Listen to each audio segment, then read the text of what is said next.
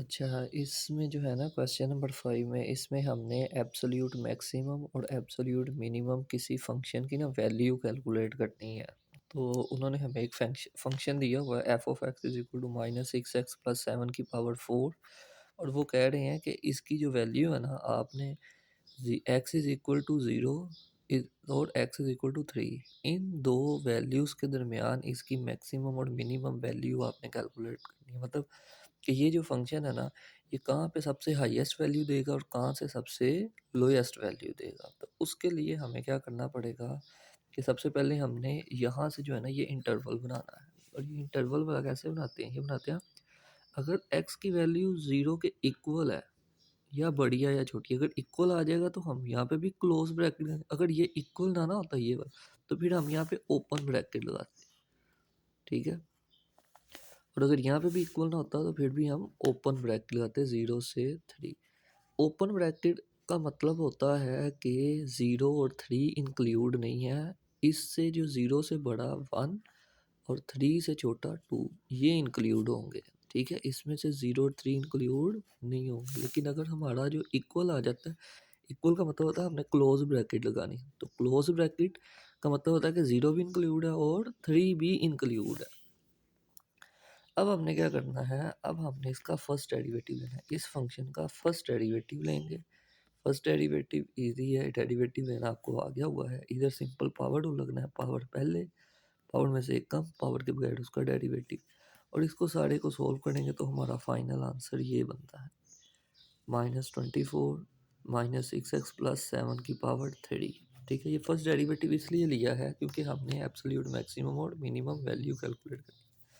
तो जैसे ही हमारा फर्स्ट डेरिवेटिव आएगा हम उसको ज़ीरो के इक्वल कर देंगे ताकि हमारे पास क्रिटिकल पॉइंट आ जाए।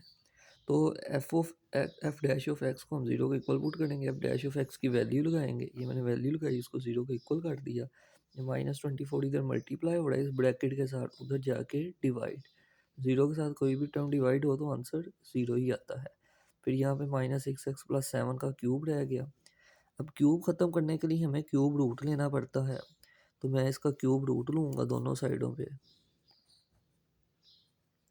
तो ये क्यूब इस क्यूब रूट से कैंसिल हो गया, तो यहाँ पे बचा -6x प्लस सेवन। ज़ीरो का क्यूब रूट ज़ीरो ही होता है।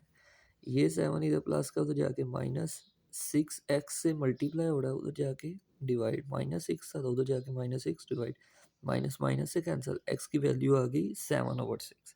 अब ये जो क्रिटिकल पॉइंट आता है ना, इसका हमने ख्याल रखना है। इसको पहले मैं डिवाइड करके आपको बताता हूँ। 6 1/0,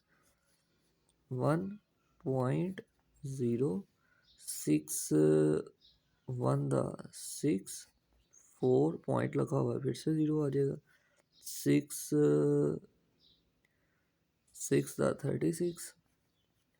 फिर 4 0, ये इस तरह चलता जाएगा। तो इसकी वैल्यू आ रही है 1.166, आगे चलती जाएगी।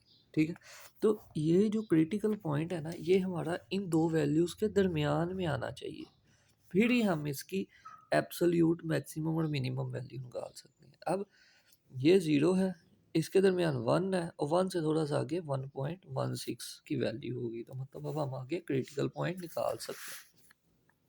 तो अब हमारे पास तीन पॉइंट्स आ चुके हुए हैं, एक ज़ीरो, एक 7/6 और एक थ्री। अब हम क्या करेंगे, हम करेंगे कि एट लेफ्ट हैंड, ये लेफ्ट हैंड है, ये राइट हैंड है, और ये हमारा क्रिटिकल वैल्यू है, क्रिटिकल पॉइंट है। ज़ीरो पुट करेंगे। अब हमने फर्स्ट डेरिवेटिव में वैल्यू नहीं पुट करनी, अब हमने अपने फंक्शन में वैल्यू पुट करनी है। ये हमारा फंक्शन था, तो फंक्शन में मैं ज़ीरो पुट कर देता हूँ। तो ये आ जाएगा -6, एक्स की जगह ज़ीरो, ये फंक्शन है ना, एक्स की जगह ज़ीरो आ गया, प्लस सेवन वैसे ही आ जाएगा, और होल की power four. F of zero, 6 zero से मल्टीप्लाई होगा, ज़ीरो प्लस सेवन की पावर फोर। तो ये सेवन में ज़ीरो ऐड करेंगे, सेवन आ जाएगा। सेवन की पावर फोर होती है 2401। सेवन की पावर फोर सोल्व कैसे करनी है, सेवन को फोर टाइम्स मल्टीप्लाई करके, तो इन सब को मल्टीप्लाई करेंगे तो 2401। तो ये मैंने एक वैल्यू लिख ली। फिर हम क्रिटिकल पॉइंट पुट करेंगे। क्रिटिकल पॉइंट हमारा 7/6 है, ये भी हमने फंक्शन इसके अंदर वैल्यू पुट करनी है, इसके अंदर नहीं करनी। मतलब फर्स्ट डेरिवेटिव के आंसर में नहीं करनी, बल्कि जो फंक्शन गिवन है उसके अंदर वैल्यू पुट करनी है। तो ये क्या होगा, माइनस फंक्शन हमारा है एफ ऑफ एक्स -6x + 7 की पावर 4, ये हमारा फंक्शन था। एक्स की जगह वैल्यू आ गई 7/6 + 7 की पावर 4, ये वैसे ही रहेगा। अब ये 6 और ये 6 डिवाइड होने हैं, दोनों कैंसिल हो जाएंगे। -7 से मल्टीप्लाई हो गया, -7 + 7, -7 + 7 0, 0 की पावर 4 0 ही रहेगा। फिर हमारे पास राइट हैंड था 3। तो अच्छा, ऊपर मैंने आपको एक बात बताई थी कि अगर हमारे ओपन इंटरवल होते 0 और 3, फिर हमने 0 नहीं पुट करना था, फिर हमने 1 पुट करना था, और राइट एंड पे हमने 2 पुट करना था। ठीक है, ये चीज़ का ख्याल रखना है कि अगर आपका ओपन इंटरवल होगा तो आप ये पुट नहीं कर सकते 0 और 3। ठीक है, अगर क्लोज इंटरवल होगा तो ही हम 0 और 3 पुट कर सकेंगे। ये चीज़ ख्याल रखनी है आपने।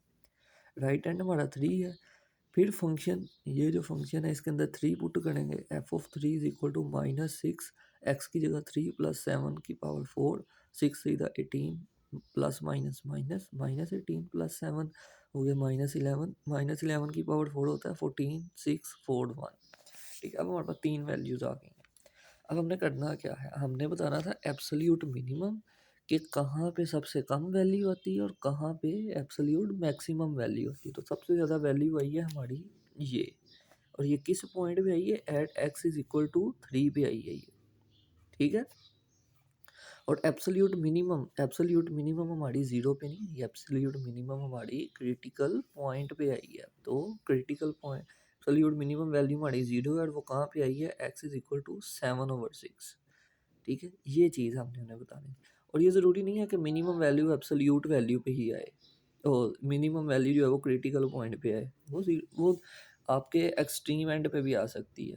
ठीक है, तो इसके मैं आपको जो है ना वो प्रैक्टिस क्वेश्चन भी भेज देता हूँ 2-3, ताकि आपकी ये इस